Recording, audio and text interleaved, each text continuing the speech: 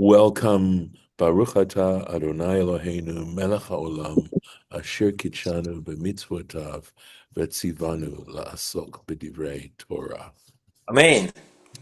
Amen. So we are actually, we are still dealing with that verse of notarikon, right? The abbreviation to be found in the Torah itself. And we had av hamon. That is the word that is actually understood as an acronym. Acronym. And we've gone through the aleph and the bet and the hey of hamon. And on hey, because the interpretation involves a chet, right? I'll just go back to the previous page for a second. Okay, here we go.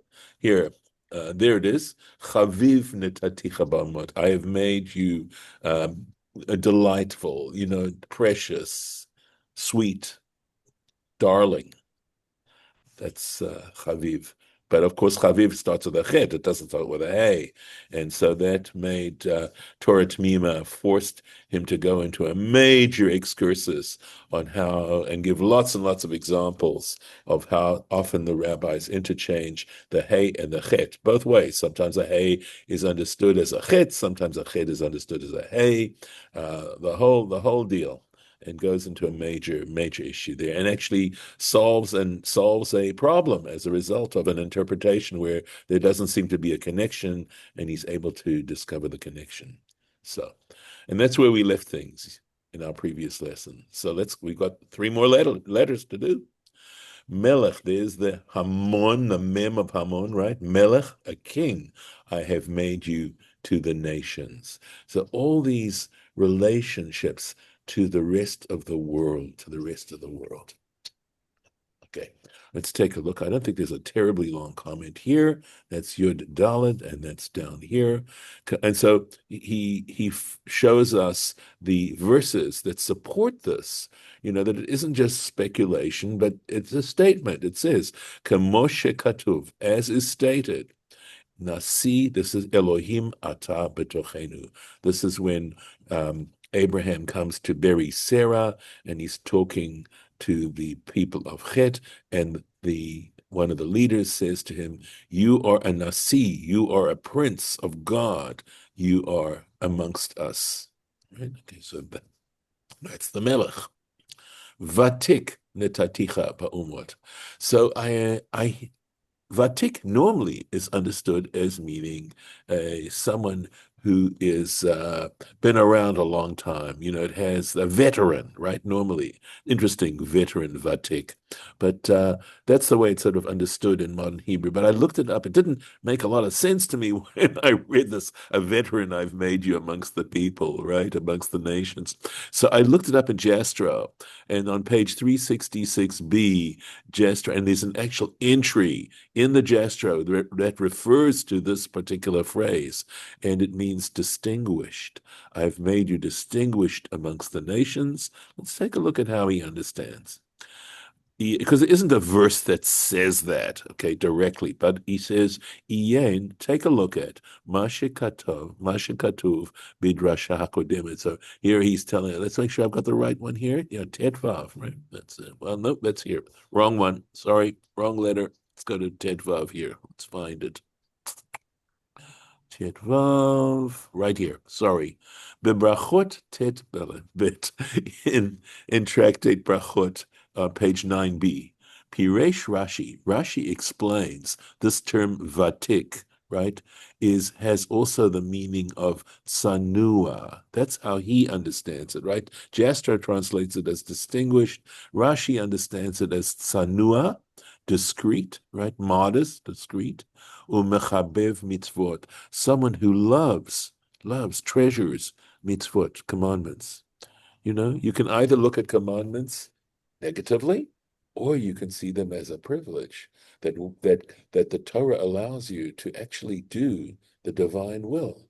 It gives you a guide in which to devote your life to performing something divine.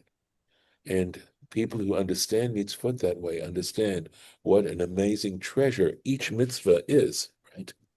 Ushnehem matzinu ba'Avraham. So we find this idea of Abraham being modest, right? Modest, and someone who loved the mitzvot, right? We find both of these regarding Abraham. How do we know this? Shehaya anav, that he was in fact a humble person, kamoshe katuf, as it states, va'anochi afar va'efer. So when Abraham is pleading with God to spare the 5 wicked cities, he says, I am dust and ashes. V'chebev mitzvot, and how about the fact that he loved mitzvot, he treasured them? Dichtiv, as it says, Vayashkem Avraham baboker. It says, this is before the Amida, when it talks about God telling him to take his son and place him as an olah on a place he's going to show him. It says, Abraham got up first thing in the morning, right? Vashkem, Abraham got up early in the morning, V'darshinan, and we interpret that little statement, Shehaya Zariz b'mitzvot, that he was scrupulous about performing mitzvot. He didn't wait till the last minute. By the way, talk about love, right? When someone tells you to do something and you do it as soon as you can, right? As soon as you can, that is actually a deep expression of love, of love. There's a great line at the end of When Harry Met Sally, that wonderful movie When Harry Met Sally, where basically he has to get out of this trouble. He's annoyed Sally so much she basically hates him, right? And he realizes she is the love of his life, and he says, when you know who you want to spend the rest of your life with, you want the rest of your life to start as soon as possible. Great, great line. Anyway, so that is Melech, let's see, Vatik, we dealt with Vatik. Ne'eman, the last one, Ne'eman netaticha ba'omot, faithful I have given you, I've made you amongst the nations. Faithful. Okay. So in a sense, so in other words, compared to the rest of the nations, you are truly a faithful person, God is saying to Abraham. But remember, it's all ba'umot, right? I remember the whole idea that it says in the verse itself, it says, Naticha la goyim, right? Let me show. Av hamon goyim, right? So there's the goyim, those are the amot, right, that he's referring to. Go back here. All right, so let's find Tet Zion. Let's see where that is. Here. Kemoshe Katuv, as it states, here we do have a verse, Umatzata et levavon ne'eman lefanecha. This is, in fact, I believe, maybe in Chronicles, it says, and you found his heart trustworthy before you, and it's referring specifically to Abraham in that Chronicles quote. And now Torah T'mimah notices something and brings it to our attention. Vehine, he says, indeed, lechi tidok Litidok dikdaka hagamara. He says, if you examine carefully how exactly the language, right, of the Gemara, you look at it, how exactly this is saying, you take care to be punctilious about the language of the Gemara here. But Eza Teorim, you'll notice that it is Lechiti Dok, Diktaka Hagemara, right? The subject of Diktaka Hagemara. The Gemara was very scrupulous, very careful. But Ezu Teorim Belashon, that certain of the descriptions of Abraham were Belamed Hashimush. They used the Lamed. I'll show you.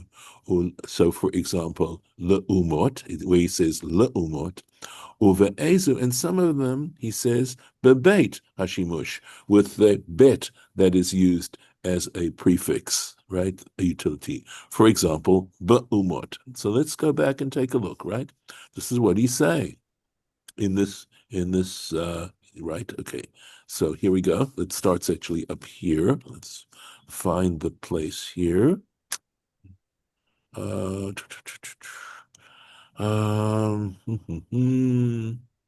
Sorry. I think I went a little bit too far. Yep, I did go too far. Right. So, av netaticha la, that's the la he's talking about. I have made you a father to the nations.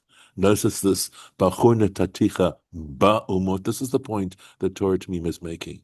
That here it says, elect choice, I've made you among the nations. So this is to the nations, among the nations. Chaviv netaticha ba'umot. Again, here we go. I have made you a delight, etc., amongst the nations, the ba, right, or in the nations. Here, melech natatita la'umot, there's the lamed now. Vatich netaticha ba'umot, there's the ba here amongst. Ne'eman netaticha ba'umot. So the implied question is, why did the Gemara go to that degree? That it was so careful about what letter it used in terms of the prepositions, right? These letters in Hebrew represent prepositions. So let's take a look. My dad used to say, this is a rabbinic question. A rabbinic question is when you know the answer. Then you ask the question, but you know the answer already. Okay, all right. So let's take a look at it. Let's find the place. Okay. Here. Okay. Here it is. Right. Okay. Here we go. V'tam hadavar pashut. The reason for this choice, the specific choice of these letters or these prepositions, is actually very straightforward. Te'ela belamed hashimush, that is to say, that when it uses the lamed, right, hashimush means, as the prefix, this lamed, it's not part of the root of the word itself, it's used as a utility letter. Heve ma'alat yachas Avraham be'oto ha'inyan klapei ha'omet. Then, in that case, the relative superiority of Abraham in that particular matter is in comparison to the rest of the nations, right?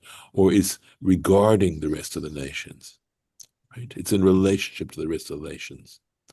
Ve'ela shebebeit, and those that where he uses a bet hashimush, right?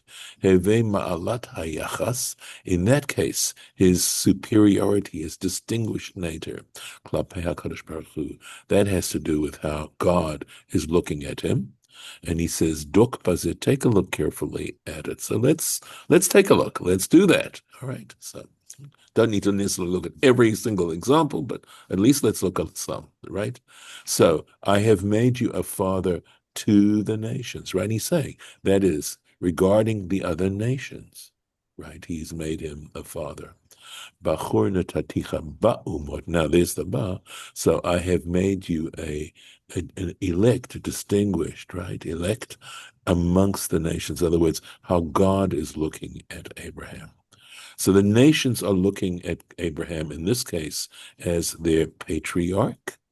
And as far as chosen, right, or whatever, that is how God is looking at the nations. Likewise, Chaviv, right, delight, etc., etc. So that's the point Torah T'mimah is making. All right. Here, okay, let's go. Here we go.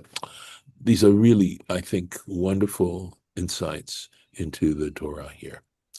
Av hamon goyim. Once again, this phrase, father of a multitude of nations, so patriarch to a multitude of nations. Tani b'shem Rabbi Yehuda. It is taught in the name of Rabbi Yehuda. Hager, a non-Jew, someone who converts to Judaism. Mevi Bikkurim, when he comes to the temple with his first fruits, the kore, right? And he is able to make the declaration, right? If you look in the Parsha of Kitavo, towards the end of the book of Deuteronomy, where it talks about the Bikkurim, it it describes the declaration. It states the declaration that a person who brings the Bikkurim, brings his first fruits, makes. It's the one that starts with Arami Oved Avi, right? An Aramean would have destroyed my father. That little phrase is hard to exactly translate. But anyway, right? But it says, my father, right? Let me let Torah T'mimah have the first say here, all right? So let's see. Here's the point. Parshat Bikkurim, right? He's saying this paragraph regarding the first Bikkurim. V'haravutahi, and what is remarkable about this particular halacha that says that a non-Jew makes this declaration when he becomes, not a non-Jew, rather, a non-Jew, a person who was born a non-Jew and converted to Judaism, right? The remarkable point about this is, afalpi, that despite the fact tzarich lomar b'kriyat otah parsha, then when you make this declaration of this particular statement, this that's mentioned in the Torah, right? You have to say, ha'aretz asher nishbata la'avotenu. You have to say, this land which you swore to our forefathers. Latet lanu, to give to us. So interesting, by the way. We could footnote this particular one, right? This is this big problem that we have today, right? But you're saying it here, right? This land which God promised our forefathers to give to us. The Hager, but he's a convert. He started off, he wasn't Jewish to begin with. Ein avotav mi Israel. He can't, how's he saying this? His forefathers weren't Jews. They weren't Israelites. And he's making this declaration in the temple before God as he's giving the Bikkurim. And we're told he's to make this. On what basis? Well, mefaresh va'azil tam hadavar. It's going to explain. As we read that, we just remember we saw this footnote in the middle of the comment. If we continue, we'll see why. Why? Okay, let's keep going. All right, let's see. Okay, let's find the place. Okay.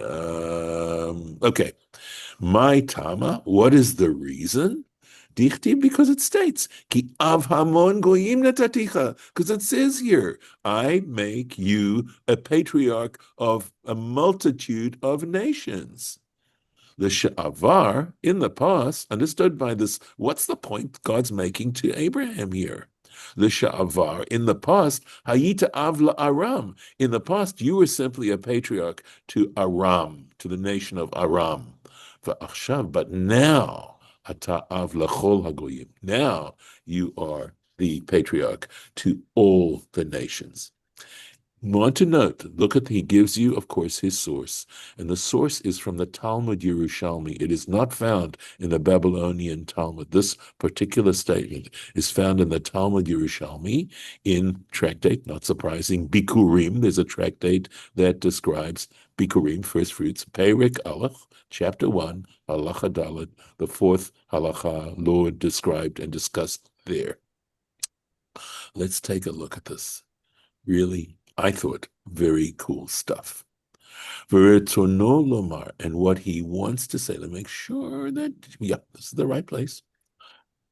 Umimela, right? And because of that, automatically, right? Hu av gam l'gairim. You have to say, he's also the patriarch to people who become Jewish, who choose to become Jewish and practice mitzvot, and this mitzvah of Bikkurim, and he has a right to say, just like every born native Israelite, the land you swore to my ancestors. Uma sheshayach le'inyan zeh lahalacha.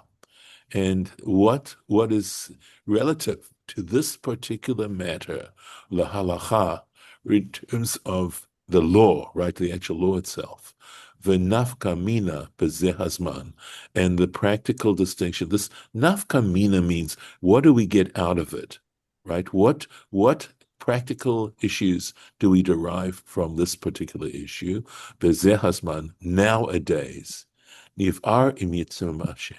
We will explain, if with God willing, bimkomo, in its proper place. In other words, where we're actually discussing this particular halacha, the Parsha Tavo, in the Parsha of Ki Tavo, of Parsha Ki Tavo. Okay, so we'll go into this, he's saying, he's assuring us with God's help, we will do that. We should live so long that I should be able to do Torah T'mimah with you and get through the rest of Genesis, Exodus, Leviticus, Numbers, and most of Deuteronomy to be able to get to this particular section. However, we may just simply decide to do it at some point. Now, just to try to tantalize you a little bit, I'm going to do, because obviously I don't have a tremendous amount of time now to do the next little point, but let me do this. Okay, so let's take a look. Again, look at how he's deriving these lovely ideas from this statement of Hamon Goyim, right? The father of a multitude of nations. And here's the law. And this is in the Tosefta. The Tosefta is an earlier work.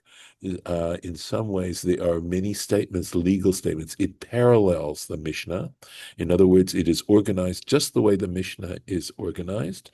So the Mishnah is organized in 6 orders. The Tosefta has 6 major sections. Each order is divided into Masechtot, into tractates. They have exactly the same names as the tractates in the Mishnah, and they contain, again, laws parallel to a great extent to the laws you'll find in the Mishnah. The practical difference is that the Tosefta has great authority. By the way, many statements that are made in the Tosefta are quoted in the Gemara. They do have authority. They do not have the authority that the Mishnah has. Statements in the Mishnah have more authority from a halachic, from a legal point of view, than statements made in the Tosefta. But that's not to say that the statements in the Tosefta don't supplement and have great authority too. These halachic statements are known, okay, as baraitot. This word baraita is an Aramaic word that means outside, baraita, right? It means outside. And the outside, quote, quote, is referring to the fact that these statements are outside the Mishnah. They were not included in the Mishnah.